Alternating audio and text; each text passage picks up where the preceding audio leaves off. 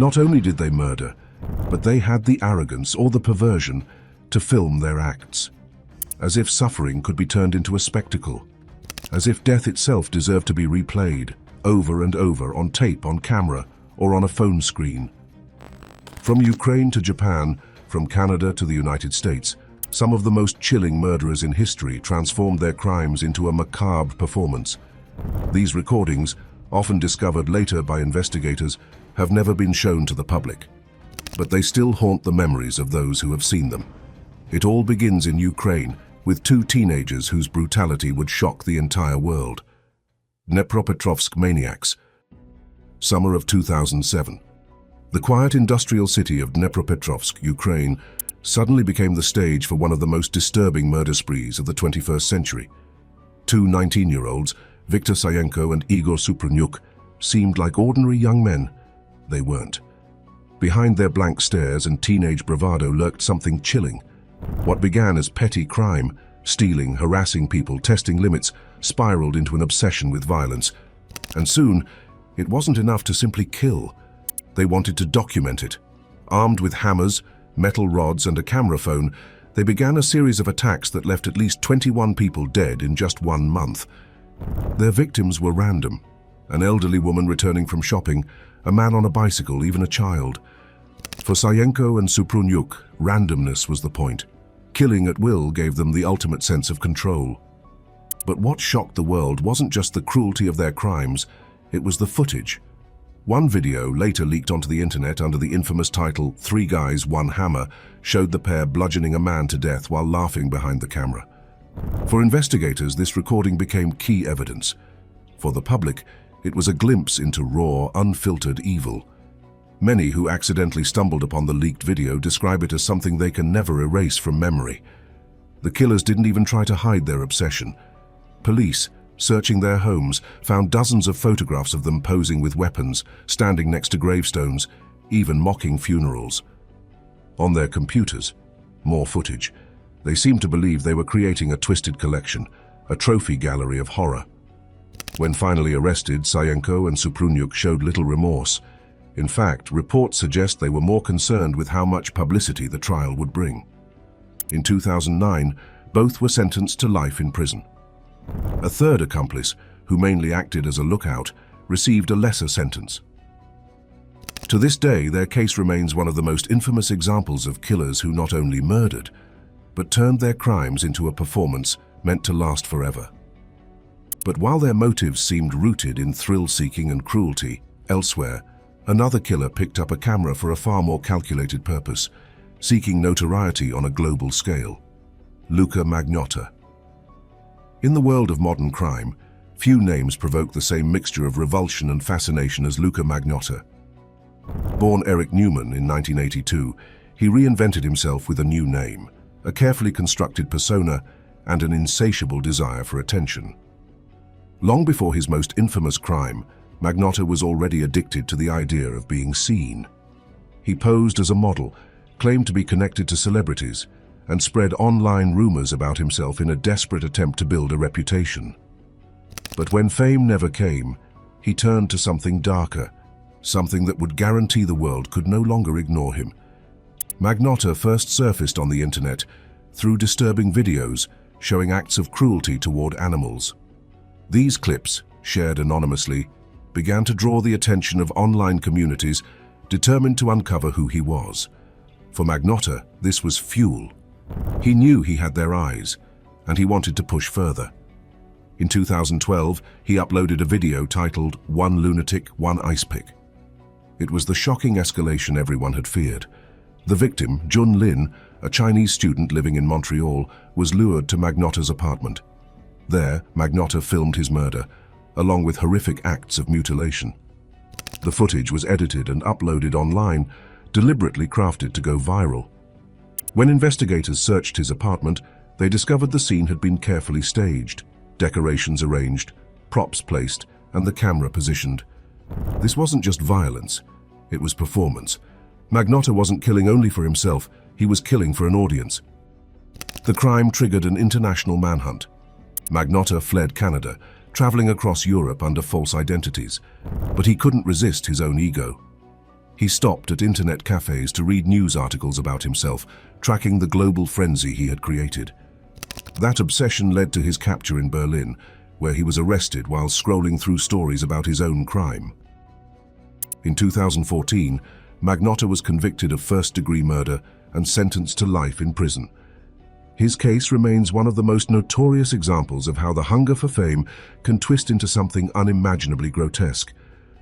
But while Magnotta represented the modern, internet-fueled age of killers seeking notoriety, decades earlier another man in the Soviet Union had already been filming his own crimes, under the guise of something far more insidious: youth mentorship.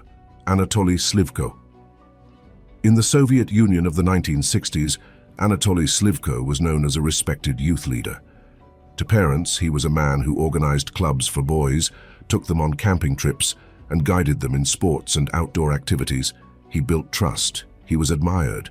But behind the carefully cultivated image of a mentor lay one of the darkest secrets in Russian criminal history. Slivko harbored a perverse obsession with death and young boys. He became fascinated by a tragic accident he had witnessed as a teenager, a motorcyclist fatally striking a child. The image stayed with him for life, twisting into a fetish he would later act upon. Using his status as a youth organizer, Slivko lured boys into what he claimed were scientific experiments or training exercises. He told them they would be participating in tests of endurance involving being hanged until they lost consciousness. The boys, trusting him, agreed, believing this was part of an adventurous program. But Slivko wasn't studying endurance, he was filming. With a camera carefully set up, he recorded the sessions. For him, the moment when the boys lost consciousness was the pinnacle of his fantasy. Some he revived, others he did not. Over 2 decades, Slivko murdered at least 7 boys, though investigators believe the true number may have been higher. The footage he left behind, hours of recordings, provided undeniable evidence of his crimes when he was finally arrested in 1985. What made the case even more disturbing was the way he maintained the trust of the community, continuing to lead children's groups while secretly preying on them. In 1989, Anatoly Slivko was executed by firing squad. His crimes shocked the Soviet public not only because of their cruelty, but because they revealed how easily a respected figure could hide monstrous acts behind a mask of authority. And while Slivko hid behind the role of a mentor on the other side of the world, another killer also used a camera, not for scientific pretense, but as a diary of his own sadistic fantasies. This time, in America. Maury Travis. In the early 2000s, police in St. Louis, Missouri, were faced with a series of disappearances that seemed to go unnoticed by the broader public. The victims were mostly women, many of them sex workers, and for years their cases were scattered, unconnected. But in 2002, investigators discovered the chilling truth. One man had been hunting them, and he had been recording every moment. Maury Travis lived in a quiet suburban home. To neighbors, he appeared reserved, even ordinary, but inside, his basement had been transformed into a torture chamber. The walls bore marks of restraint, and cameras were carefully set up to capture everything. Travis wasn't just killing, he was documenting. His tapes revealed the depths of his sadism, victims bound, tormented, pleading, while he narrated in a cold, emotionless voice. Unlike other killers who kept trophies, Travis's recordings were his trophies. He catalogued his crimes like episodes of a show only he could watch. At one point, he even mailed an anonymous letter to a local newspaper, taunting them with a map that led to a victim's body. He wanted recognition, a twisted acknowledgement of his work. That arrogance became his downfall. Investigators traced the map back to a computer used at Travis's home. In June 2002, police raided his house and uncovered a library of tapes documenting brutal murders and torture sessions. The FBI would later call it one of the most disturbing video archives ever discovered. Before he could face trial, Maury Travis committed suicide in jail. To this day, the exact number of his victims remains unknown. Some believe the tapes suggest many more than were ever confirmed. Travis's crime showed how a killer could turn his own depravity into a private theater of cruelty. But he wasn't the only one. Across the country, 2 men created something even more elaborate. An underground bunker designed not just for killing, but for filming, archiving, and collecting their horrors like a twisted hobby. Leonard Lake and Charles Ng. In the mid-1980s, the wooded hills of Northern California hid a nightmare. Leonard Lake, a former Marine with a violent streak, and Charles Ng, a Hong Kong-born drifter with a history of theft, teamed up to create one of the most infamous killing partnerships in American history. What set them apart wasn't just the brutality of their crimes, it was their obsession with documenting them. The pair built a remote bunker on Lake's property. Outwardly, it looked like a simple survivalist hideout, but underground it became a prison. Victims, men, women, even families, were brought there against their will. Some were killed immediately. Others were kept alive, tortured, and filmed as part of the duo's twisted fantasy of domination and control. The tapes later discovered by investigators were horrifying. In them, women begged for their lives, crying out for freedom, while Lake and Ng taunted them. The killers filmed not just the abuse, but their own reflections on what they were doing, an unnerving glimpse into the minds of two men who saw themselves as directors of their own nightmare. What made the crimes even more chilling was their methodical nature. Lake kept detailed journals, writing about his fantasies of creating a dungeon for women. Ng, meanwhile, seemed to relish the cruelty, often taking the lead in taunting victims. Together, they carried out a campaign of sadism that may have claimed as many as 25 lives, though the true number remains uncertain. Their downfall came almost by accident. In 1985, Ng was caught shoplifting supplies, and when police searched their property, they uncovered human remains and the videotapes. Leonard Lake was arrested, but swallowed a cyanide capsule during interrogation, ending his life instantly. Charles Ng fled to Canada, but was eventually extradited to the United States, where he stood trial for multiple murders. Today, he remains on death row. The case of Lake and Ng revealed not only unimaginable cruelty, but also how the camera could become a weapon, used to immortalize suffering, to preserve terror like a collection. And while their crimes shocked America, halfway across the world, in Russia, another pair of killers would also pick up a camera. Teenagers whose obsession with violence would earn them the name the Academy Maniacs. Academy Maniacs. In 2011, the city of Irkutsk, Siberia, became the scene of murders so disturbing that the killers would be branded the Academy Maniacs. The name came from the fact that the attackers, two young men, Alexei Frolov and Artyom Anufriev, were students. But they weren't studying science or literature. Their true obsession was far darker. Influenced by other infamous killers who recorded their crimes, Anufriev and Frolov wanted to carve their own legacy of horror. They began prowling the streets at night, armed with hammers and knives, hunting for random victims. Some were attacked on their way home, others while sitting on benches. The brutality was indiscriminate. But what made their crimes especially notorious was their choice to record the violence. Using phones and cameras, they documented the attacks and later shared clips with friends online, as if daring others to witness their cruelty. They even posed for photographs with their weapons, dressed in black, trying to appear like twisted anti-heroes in their own story. By the time they were caught, at least 6 people had been murdered. Investigators uncovered their digital archives, videos, photos, and chats where they bragged about their acts. In court, their demeanor was chilling. Smirks, arrogance, no remorse. It was as if they believed the trial itself was just another stage in their performance. In 2013, both were sentenced to life imprisonment, their names forever tied to a new wave of so-called performance killers who sought validation through the camera lens. But while these two teenagers played at being monsters, in the UK, another man would elevate the same obsession with image and notoriety. A man who gave himself a theatrical title, the Crossbow Cannibal. Stephen Griffiths, Bradford, England, 2010. Residents of a modest apartment block had grown used to the quiet eccentricities of their neighbor, Stephen Griffiths. He was a postgraduate student studying criminology, fascinated by serial killers, and often seen wandering with a crossbow slung over his shoulder. People thought it was odd, but few suspected the truth. Behind closed doors, Griffiths was cultivating a fantasy. He styled himself as a modern Jack the Ripper, obsessed with murder and the legacy of notorious killers. But unlike most, he intended to add his own name to that history, and he wanted proof.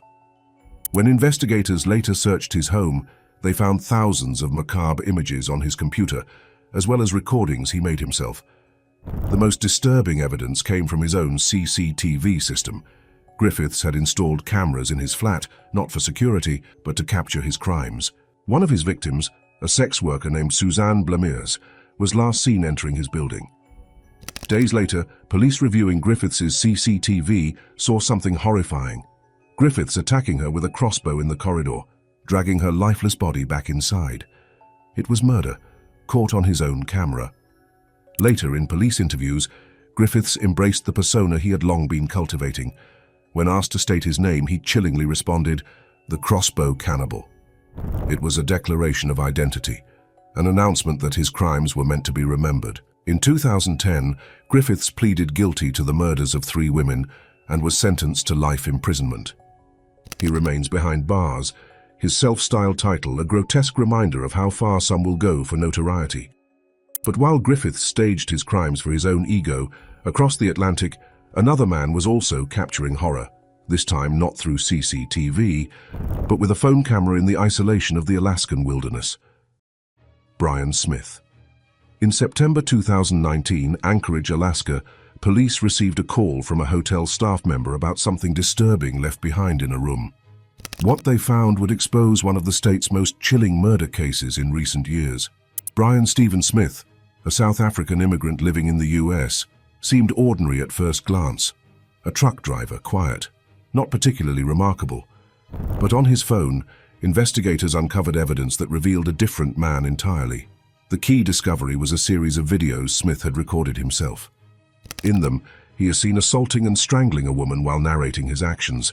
His voice is cold, detached, as if he were describing something mundane rather than taking a life.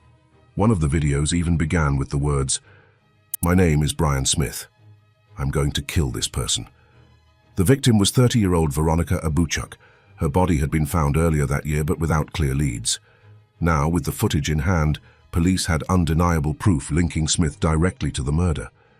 Investigators believe he may have killed more than once, using his phone as both a diary and a trophy chest of his crimes. What shocked the public wasn't just the brutality, but the casual way Smith seemed to treat murder, as something worth documenting for his own archive. In 2022, he was convicted of 2 murders and sentenced to 99 years in prison without parole. Smith's case showed once again how technology, once meant to connect and preserve memories, could be twisted into a tool for recording horror. And in Mexico, another nightmare was unfolding. Not a lone predator this time, but a couple whose crimes would horrify an entire community, earning them the title the Monsters of Ecatepec. Monsters of Ecatepec. For years, residents of Ecatepec, a densely populated city outside Mexico City, lived in fear. Women were vanishing at an alarming rate, many never seen again. It wasn't until 2018 that the horrific truth was uncovered. Behind the disappearances was not a gang or cartel, but a couple living in a modest home on the outskirts of town.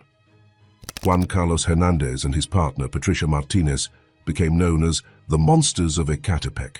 Outwardly, they blended into the neighborhood, selling baby clothes and small items at street markets. But inside their home, investigators found a nightmare. The pair lured women, often young mothers, into their house, where Hernandez would murder them. Patricia, disturbingly, was complicit, sometimes even helping lure victims under the pretense of offering clothing or childcare. The crimes didn't stop at murder. Hernandez dismembered the bodies. Some remains stored in buckets, others hidden in bags around the property. What made the case even more grotesque was Hernandez's desire to record his crimes. Videos and photographs of victims were stored as trophies, part of his growing archive of violence. In police interviews, Hernandez chillingly confessed to at least 20 murders, speaking with no remorse. His calm descriptions shocked even seasoned investigators. In 2019, both he and Patricia were convicted and sentenced to multiple life terms. For the people of Ecatepec, the revelation was devastating, not only for the brutality of the crimes, but for the way such horrors had been carried out in the middle of an ordinary neighborhood, hidden in plain sight. The case revealed how killers could turn their homes into theaters of violence, documenting suffering as though it were part of a private collection. And in the United States, another man would take this concept even further, constructing a soundproof chamber he called his toy box, where every moment of cruelty was preserved on tape. David Parker Ray. In the deserts of New Mexico, behind the walls of a seemingly ordinary trailer, investigators uncovered one of the most disturbing crime scenes in American history. The owner, David Parker Ray, was a maintenance worker by trade, but to those unfortunate enough to cross his path, he became known as the Toy Box Killer. Ray's trailer, which he called the Toy Box, was no ordinary mobile home. It was a customized torture chamber, outfitted with chains, pulleys, surgical instruments, saws, whips, and restraints. Every surface seemed to serve a purpose, every tool adapted for control. But perhaps the most chilling feature wasn't the equipment, it was the cameras. For years, Ray recorded his crimes. Victims, mostly women, were abducted, restrained, and subjected to unimaginable cruelty. Some footage was found, but most was never recovered, leading investigators to fear the full extent of his crimes will never be known. What was discovered, however, was an audio tape he played for his victims when they awoke in his trailer. A 45-minute recording where Ray calmly explained what would happen to them. That tape alone remains one of the most haunting pieces of evidence in FBI history. Although the number of victims remains uncertain, authorities believe Ray may have killed dozens over the years. Many bodies were never found, leaving the desert as their silent grave. His accomplices, including his girlfriend Cindy Hendy, later testified against him, revealing the extent of his depravity. In 2001, Ray was convicted of kidnapping and torture, receiving a sentence of 224 years. He died of a heart attack in prison just a year later, leaving behind more questions than answers, and a legacy of horror carefully preserved in his toy box. Ray's crimes revealed how recordings could be used not just as trophies, but as psychological weapons, designed to terrorize victims before the violence even began. But while he engineered his dungeon with chilling precision across the world in Japan, another killer was also preserving his crimes on film, this time driven by obsession, fantasy, and a fixation on manga and horror. Tsutomu Miyazaki. In late 1980s Japan, a quiet, socially withdrawn man named Tsutomu Miyazaki shocked the nation with crimes so disturbing that he became forever known as the otaku murderer. On the surface, Miyazaki was unremarkable. A printing plant worker who lived with his parents, spending most of his time alone in his cluttered bedroom. But inside that room lay the seeds of horror, rows of manga, slasher films, and hundreds of videotapes that blurred the line between fantasy and reality. Between 1988 and 1989, Miyazaki abducted and murdered 4 young girls, each crime carefully documented in his private archive. He photographed his victims, preserved body parts, and kept meticulous notes. Investigators later discovered that he had recorded not only images of his crimes, but also hours of television news reports about the murders, watching the nation react to his own actions from the safety of his bedroom. When police finally searched his home, they found over 5,000 tapes. Many contained horror films and anime, but mixed within were recordings of his victims. The sheer scale of his collection stunned investigators and gave rise to his infamous nickname, linking him forever to Japan's otaku subculture. What disturbed the public most was Miyazaki's demeanor. In court, he appeared detached, almost amused by the attention. He never expressed genuine remorse, treating his crimes as though they were part of some grotesque hobby rather than acts of violence against real children. In 2008, after years of appeals, Miyazaki was executed by hanging. But his case left a permanent scar on Japanese society, raising questions about media influence, isolation, and how obsession can mutate into something monstrous. Miyazaki's tapes became his twisted trophies, proof of how far his fantasies had consumed him. And while his story horrified Japan, in America another man, Bob Berdella, was building his own private archive of brutality, carefully documenting his victims in both photographs and notes. Bob Berdella, Kansas City, Missouri. In the 1980s, Bob Berdella was known locally as the eccentric owner of a novelty shop called Bob's Bizarre Bazaar.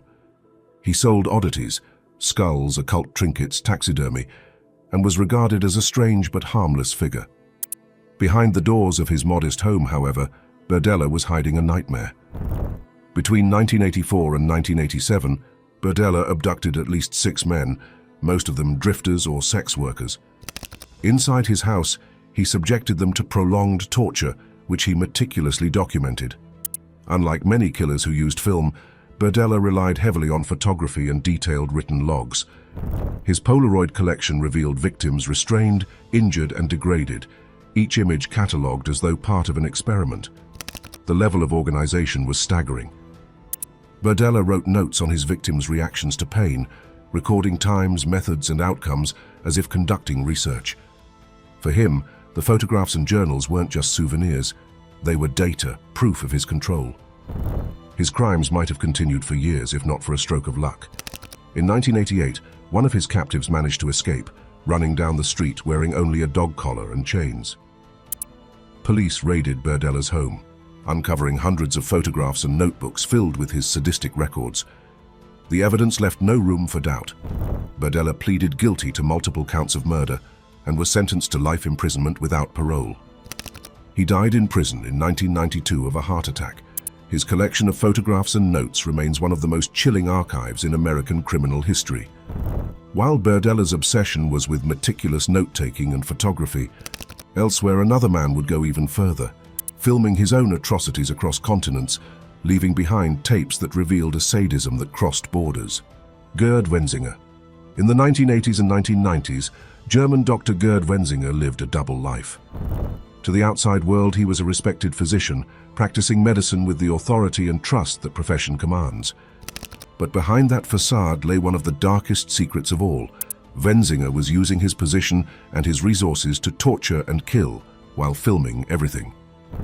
After moving between Germany and Brazil, Wenzinger preyed on some of the most vulnerable victims, women in poverty, often sex workers, whom he lured under the pretense of money or opportunity. Once under his control, he subjected them to unspeakable cruelty inside makeshift torture chambers. His sadism was not hidden, it was recorded. Police later recovered videotapes showing Wenzinger methodically tormenting his victims, treating the camera as though it were a silent accomplice. For him, the recordings were trophies, proof of his dominance, and perhaps even the only audience he truly craved. Wenzinger's crimes came to light in the mid-1990s when investigators in Brazil discovered human remains linked to him, along with his disturbing video archive. By then, he had fled back to Germany, where police soon connected him to additional disappearances. Arrested in 1996, he was awaiting trial when he took his own life in prison, leaving many questions unanswered. His legacy was that of a predator who used both his profession and the camera to conceal, then immortalize, his violence. A killer who traveled continents to satisfy his urges, leaving behind nothing but recordings of cruelty. And while Wenzinger exploited his authority as a doctor, in the UK a different kind of partnership was thriving. A man and a woman who turned murder into a twisted collaboration and who also documented their young victims with photographs that would haunt Britain forever. The Moors murderers. In 1960s Britain, the names Ian Brady and Myra Hindley became synonymous with evil. Together, they orchestrated the abduction and murder of at least 5 children and teenagers, crimes so brutal that they left a permanent scar on the nation. But what made the case even more horrifying was the way they chose to document their acts. Brady was obsessed with Nazi ideology and violent literature, fantasies that he shared with Hindley, who became his devoted partner. The pair lured children into their car, often with promises of a ride or small gifts. The victims were then taken to the desolate Saddleworth Moor, where they were assaulted, murdered, and buried in shallow graves. What made the murders infamous was not just their cruelty, but the chilling keepsakes the killers left behind. During searches of Brady and Hindley's home, investigators discovered photographs, snapshots of Hindley posing on the moor, standing almost casually near the sites where the children were buried. For Brady, the camera was more than a tool of remembrance. It was part of the ritual, a way to mark the crime scene as his own. Even more disturbing were the audio recordings. In one, the voice of a young victim can be heard pleading, while Brady and Hindley orchestrated the cruelty. These tapes became some of the most haunting pieces of evidence ever presented in a British courtroom, capturing the raw terror of their crimes. In 1966, both were convicted. Brady was sentenced to life imprisonment, where he would remain until his death in 2017. Hindley, often portrayed as the more sympathetic of the two in later years, never escaped public hatred. She died in prison in 2002. The Moors murders remain one of the most infamous cases in the UK. a story of how two people fed each other's darkest impulses and used photographs and recordings as trophies of their crimes. But while Hindley and Brady relied on photos and audio to immortalize their victims, across the Atlantic, another killer would go even further, capturing not just images, but entire lives in a twisted shrine inside his own apartment. Jeffrey Dahmer. Few names in criminal history evoke as much horror as Jeffrey Dahmer. Between 1978 and 1991, Dahmer murdered 17 young men and boys in Milwaukee, crimes marked by cruelty, necrophilia, and cannibalism. But beyond the killings themselves, what made his case uniquely disturbing was his obsession with documenting everything. Inside Dahmer's apartment, police discovered an archive of Polaroid photographs, dozens of images capturing his victims at every stage. Some were posed while still alive, others photographed after death, and many arranged in grotesque displays that only Dahmer could understand. For him, the camera was a way to preserve control, to relive his crimes long after the act itself. Investigators also found sketches and plans, drawings of how he intended to build an altar of skulls and bones, a shrine to his obsessions. Each photo, each note, was a piece of a larger puzzle, an attempt to hold on to the fleeting moments of dominance and possession that defined his crimes. When police entered his apartment in 1991, they uncovered not only the photographs, but also remains stored in refrigerators, freezers, and containers. The sheer volume of evidence was overwhelming. The Polaroids, in particular, became some of the most crucial proof in his trial, showing the systematic nature of his murders. Dahmer was sentenced to life imprisonment, but in 1994, he was beaten to death by a fellow inmate. His name, however, remains forever tied to the image of a killer who transformed his apartment into a macabre museum, where photography and violence intertwined. Jeffrey Dahmer's story closes this journey through some of the darkest corners of human behavior, killers who not only took lives, but who felt compelled to record them, as though the crime itself wasn't enough unless it could be preserved. Together, their cases reveal a terrifying truth. When murder becomes performance, the audience is forever haunted. 15 killers, 15 recordings, proof that for some, murder wasn't enough, they needed an audience. And those images, those sounds, those tapes will outlive them all.